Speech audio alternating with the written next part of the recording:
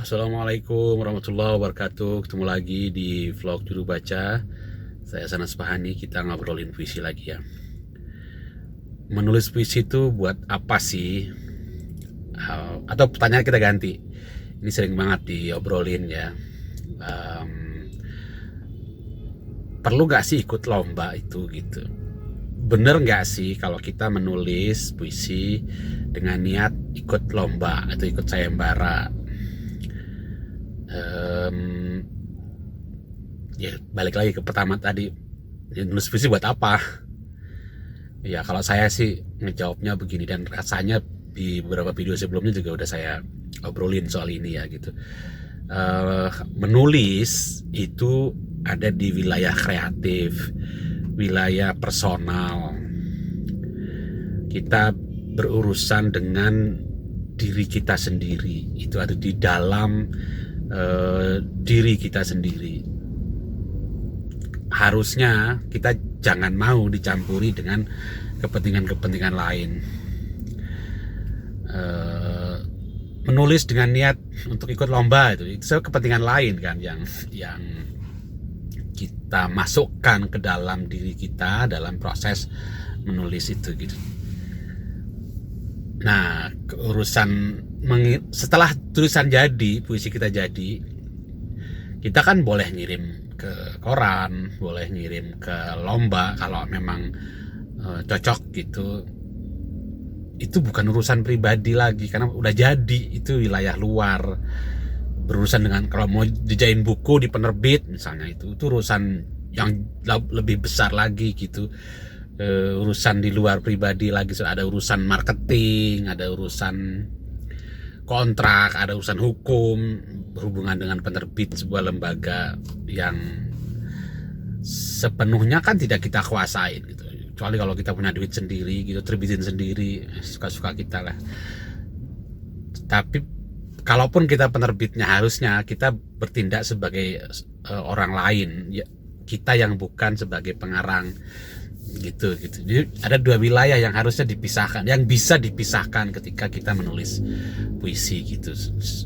Sekali lagi, satu wilayah personal, bersendiri, urusan bertarungnya dengan diri sendiri, proses kreatif ketika menulis itu gitu.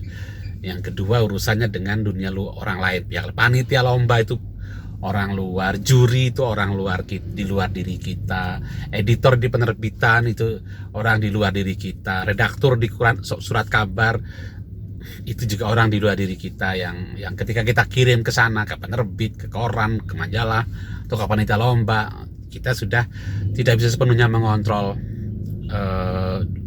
dunia luar itu. Kita sudah mensosialisasikan karya kita, karya sastra kita boleh saja kita tidak mengirimkan kemana-mana kan, kita taruh aja di blog kita gitu. Memungkinkan kan gitu, taruh di blog. Sekarang teknologinya memungkinkan, sejak tahun 2000-an awal gitu. 1 menit kemudian ada yang membaca, ya nggak apa-apa juga kan gitu. Orang lain berkomentar, misalnya memberi komentar, ada yang suka, ada yang tidak suka. Itu juga akhirnya ketika karya kita taruh di tempat yang publik bisa mengakses, itu kan sudah menjadi urusan juga tidak bisa kita kendalikan lagi kan. Komentar-komentar di blog kita itu kan tidak bisa kita kendalikan. Jadi boleh-boleh aja kalau saya bilang sih mau ikut lomba, tapi ya itu tadi gitu. Bisa nggak kita ketika kita menulisnya menjadikan itu sepenuhnya wilayah private kita, wilayah personal kita, wilayah kreatif kita gitu. Kalau enggak, saya jamin tidak akan wajar karyanya gitu. Jadi kita kayak menyesuaikan diri dengan tema apa gitu. Tantangan menulis untuk lomba ya memang begitu gitu. Ada tema yang kita jadinya harus menyesuaikan diri gitu. Nah, bisa nggak menaklukkan penyesuaian itu menjadi sesuatu yang wajar, yang sepenuhnya private, bahkan kita tidak menyadari bahwa saya sedang menulis untuk sebuah lomba begitu. Kalau bisa begitu, karyanya bisa bagus begitu. Sayembara kan banyak, sayembaran naskah novel DKJ, misalnya puisi DKJ, sayembaran naskah ya gitu. Ya tidak semua lomba bagus, ada beberapa lomba yang kayaknya cuman pengen dapat ngumpulin uang pendaftaran dari peserta gitu, terus sekian dapat hadiahnya, terus uang pendaftaran hadiahnya nggak sebesar itu.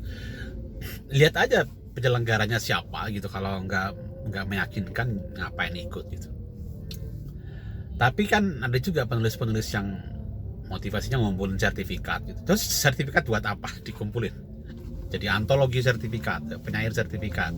Enggak lah, sertifikat itu tidak menggambarkan pencapaian. Sertifikat itu hanya menandai bahwa kita pernah ikut lomba, itu aja udah. Bukan bahwa kita pernah menulis puisi dengan baik. Sertifikat itu kan itu. Atau sertifikat itu pernah menandakan bahwa aku pernah jadi pembicara di sebuah seminar gitu. Tidak menentukan bahwa aku adalah sastrawan yang baik atau penulis penyair yang baik atau apa yang baik gitu. Jadi saya sih nyamannya begitu. Saya pernah ikut lomba, nah juga menang pernah, kalah pernah. Tapi kesadaranku adalah satu, kalau itu menarik. Saya pernah ikut lomba 100 tahun Muhammad Hatta, itu menarik sekali gitu. Kebetulan Hatta sosok yang sangat saya suka idolakan gitu, membaca bukunya dan lain-lain.